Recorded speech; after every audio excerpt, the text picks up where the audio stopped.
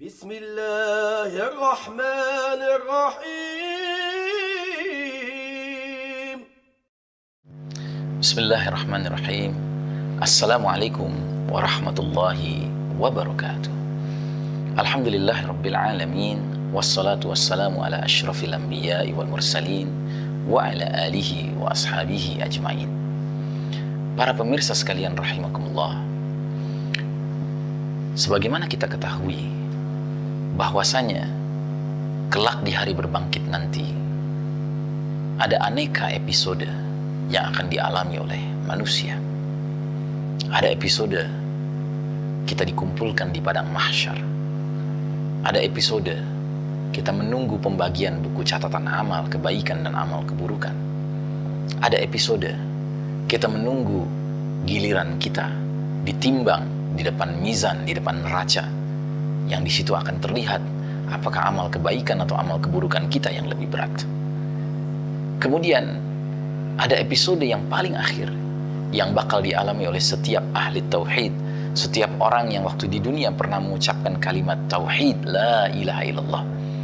Episode itu ialah episode menyeberangi titian yang membentang di atas neraka jahanam sebelum mencapai babul jannah, sebelum mencapai pintu gerbang surga yang penuh kenikmatan. Nabi SAW melukiskan titian itu sebagai lebih tipis dari sehelai rambut yang dibelah 7 dan lebih tajam dari sebilah pedang. Ada mereka yang sukses menyeberanginya, ada yang sukses menyeberanginya namun terluka, kena sabetan duri-duri dan besi-besi kait yang merobek sebahagian anggota tubuhnya. Sementara ada mereka yang gagal sehingga terjatuh dan terjerembab dengan wajahnya terlebih dahulu masuk ke dalam api neraka yang menyala-nyala. Wa na'udzubillah min dzalik.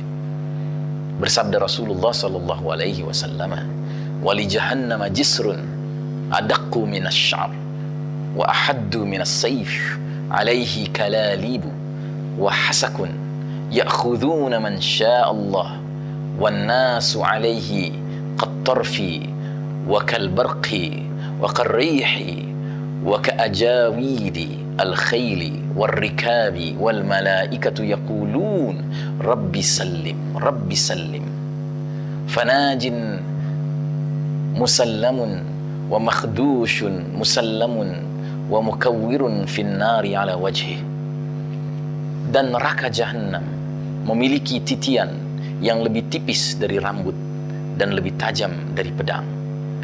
Di atasnya ada besi-besi yang berpengait dan duri-duri yang mengambil siapa saja yang dikehendaki Allah. Dan manusia di atas titian itu ada yang melintas laksana kedipan mata, ada yang laksana kilat, dan ada yang laksana angin. Ada yang laksana kuda yang berlari kencang, dan ada yang laksana onta berjalan. Sedangkan para malaikat berdoa, Rabbi sallim, ya Allah selamatkanlah, selamatkanlah. Maka ada yang selamat, ada yang tercabik-cabik lalu diselamatkan, dan ada juga yang digulung dalam neraka di atas wajahnya. Hadis riwayat Imam Ahmad. Saudaraku rahimakumullah, setiap orang yang mengaku beriman sudah barang tentu berharap dirinya masuk ke dalam golongan mereka yang selamat menyeberangi titian tersebut, sehingga berhak masuk ke dalam jannah dan dijauhkan dari azab api neraka. Namun pertanyaannya ialah, bagaimana hal ini bisa tercapai? Apa syarat-syarat agar seorang mukmin berhak menikmati kesuksesan tersebut? Sebenarnya di dalam hadis lainnya Nabi Muhammad SAW telah mengisyaratkan sebahagian jawabannya.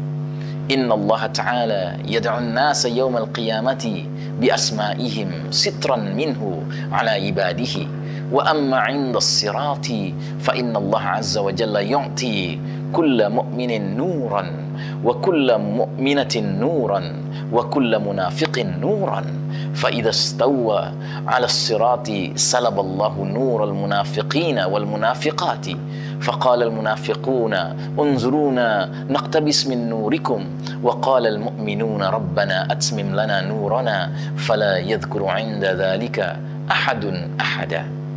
Artinya Allah Ta'ala akan memanggil umat manusia di akhirat nanti dengan nama-nama mereka. Ada tirai penghalang dari Allah Ta'ala. Adapun di atas jembatan, di atas titian, Allah memberikan cahaya kepada setiap orang beriman dan orang munafik. Bila mereka telah berada di tengah titian tersebut, Allah pun segera merampas cahaya orang-orang munafik. Mereka menyeru kepada orang-orang yang beriman, tunggulah kami, supaya kami dapat mengambil sebahagian dari cahaya kalian. Tetapi orang-orang yang beriman berdoa, ya Rabb kami, sempurnakanlah untuk kami cahaya kami. Ketika itulah setiap orang tidak akan ingat kepada orang yang lain. Hadis riwayat Imam At-Tabarani. Saudaraku rahimakumullah, di antara solusinya ialah seorang mukmin mesti mengupayakan agar dirinya kelak memiliki cukup cahaya agar mampu menyeberangi kegelapan dan panasnya neraka. Sebab pada saat akan menyeberangi titian tersebut, setiap orang dibekali oleh Allah Ta'ala cahaya agar mampu melihat jalan yang sedang ditelusurinya di atas titian tersebut. Dan bila ia termasuk mukmin, cahaya yang diterimanya itu akan setia menemani dan menyinari dirinya sepanjang penyeberangan itu. Namun, jika ia termasuk orang yang imannya bermasalah lantaran begitu banyak dosanya, apalagi jika ia termasuk orang munafik, maka di tengah perjalanan menyeberangi jembatan, menyeberangi titian tersebut, Allah Ta'ala tiba-tiba akan padamkan cahaya yang menemaninya sehingga ia dibiarkan dalam kegelapan, dan akibatnya ia menjadi tersesat dan terjatuh ke dalam api neraka. Wa na'udzubillahi min dzalik. Nah saudaraku, begitu cahaya orang-orang munafik itu mendadak dipadamkan Allah Ta'ala, maka mereka akan berteriak panik dan mereka akan memohon kepada orang-orang beriman yang cahayanya terus-menerus mendampingi mereka agar orang-orang beriman membagi sebahagian cahaya itu kepada orang-orang munafik. Sungguh gambaran mengerikan yang dengan jelas diuraikan Allah Ta'ala dalam ayat-ayat berikut ini. Man dzalladzi yuqridullaha qardan hasana fayudha'ifahu lahu wa lahu ajrun karim yauma taral mu'minina wal mu'minati yas'a nuruhum baina aydihim wa bi aymanihim bushrakumul yawma jannatun tajri min tahtiha al-anhar khalidina fiha dzalika huwal fawzul 'adzim يوم يقول المنافقون والمنافقات للذين آمنوا انظرونا نقتبس من نوركم قيل ارجعوا وراءكم فالتمسوا نورا فضرب بينهم بسور له باب باطنه فيه الرحمة وظاهره من قبله العذاب ينادونهم ألم نكن معكم قالوا بلى ولكنكم فتنتم أنفسكم وتربصتم وارتبتم وغرتكم الأماني حتى جاء أمر الله وغركم بالله الغرور فاليوم لا يؤخذ منكم فدية ولا من الذين كفروا مأواكم النار هي مولاكم وبئس المصير. Siapakah yang mau meminjamkan kepada Allah pinjaman yang baik, maka Allah akan melipat gandakan balasan pinjaman itu untuknya, dan dia akan memperoleh pahala yang banyak, yaitu pada hari ketika kamu melihat orang-orang mukmin lelaki dan perempuan sedang cahaya mereka bersinar di hadapan dan di sebelah kanan mereka. Dikatakan kepada mereka, pada hari ini ada berita gembira untuk kalian, yaitu jannah, syurga yang mengalir di bawahnya sungai-sungai yang kamu kekal di dalamnya. Itulah keberuntungan yang banyak. Pada hari ketika orang-orang munafik lelaki maupun perempuan berkata kepada orang-orang yang beriman, tunggulah kami supaya kami dapat mengambil sebahagian cahaya kalian. Maka dikatakan kepada mereka, kembalilah kalian ke belakang dan carilah sendiri cahaya untuk kalian. Lalu diadakan di antara mereka dinding tabir yang mempunyai pintu. Di sebelah dalamnya ada rahmat, sedangkan di sebelah luarnya ada siksa. Orang-orang munafik itu memanggil mereka, orang-orang mukmin, seraya berkata, bukankah kami dahulu bersama-sama kalian? Maka orang-orang beriman menjawab, benar, tetapi kalian mencelakakan diri kalian sendiri dan menunggu kehancuran kami, dan kalian ragu-ragu serta ditipu oleh angan-angan kosong sehingga datanglah ketetapan Allah. Dan kalian telah ditipu terhadap Allah oleh syaitan yang amat penipu. Maka pada hari ini tidak diterima tebusan dari kalian dan tidak pula dari orang-orang kafir. Tempat kalian ialah neraka, dialah tempat berlindung kalian, dan dia adalah sejahat-jahat tempat kembali. Wa na'udzubillahi min dzalik. Saudaraku rahimakumullah. Lalu Apakah amal perbuatan yang akan menyebabkan seorang mukmin memiliki kecukupan cahaya untuk berhasil menyeberangi titian yang sangat mustahil bisa diseberangi menurut akal dunia kita? Nah, ternyata diantaranya ialah kesungguhan seorang mukmin bertaubat dari dosa-dosa yang selama ini dia kerjakan. Inilah yang disebut dengan aktivitas taubatan nasuha, taubat yang murni. Taubatan nasuha inilah yang akan menyebabkan seorang mukmin memperoleh cahaya yang disempurnakan untuk sukses menyeberangi jembatan neraka. Bukan taubat musiman alias taubat yang tidak menyebabkan seseorang benar-benar meninggalkan perbuatan dosa yang dilakukannya. Sehingga disebutkan dalam surah At-Tahrim ayat ke-8, hai orang-orang yang beriman, bertaubatlah kalian kepada Allah dengan taubatan nasuha, taubat yang semurni-murninya. Mudah-mudahan Rabb kalian menghapus kesalahan-kesalahan kalian dan memasukkan kalian ke dalam surga yang mengalir di bawahnya sungai-sungai. Pada hari ketika Allah tidak menghinakan Nabi dan orang-orang beriman bersamanya, sedangkan cahaya mereka memancar di hadapan dan di sebelah kanan mereka, sambil mereka berkata, ya Rabb kami, sempurnakanlah bagi kami cahaya kami dan ampunilah kami, sesungguhnya Engkau maha kuasa atas segala sesuatu. Saudaraku rahimakumullah, Imam Al-Hakim meriwayatkan dari Ibnu Mas'ud radhiyallahu an, Nabi Muhammad SAW bersabda, sirat itu setajam pedang dan sangat menggelincirkan. Beliau melanjutkan, lalu mereka melintasi sesuai dengan cahaya yang mereka miliki. Maka di antara mereka ada yang melintas secepat meteor, ada pula yang melintas secepat kedipan mata, ada pula yang melintas secepat angin, ada pula yang melintas seperti orang berlari, dan ada pula yang berjalan dengan cepat. Mereka melintas sesuai amal perbuatan mereka, hingga tibalah saat orang yang cahayanya ada di jari jempol kedua kakinya melintas. Satu tangannya jatuh dan satu tangannya lagi menggantung. Satu kakinya jatuh dan satu kakinya lagi menggantung. Kedua sisinya terkena api neraka. Wa na'udzubillah min dzalik.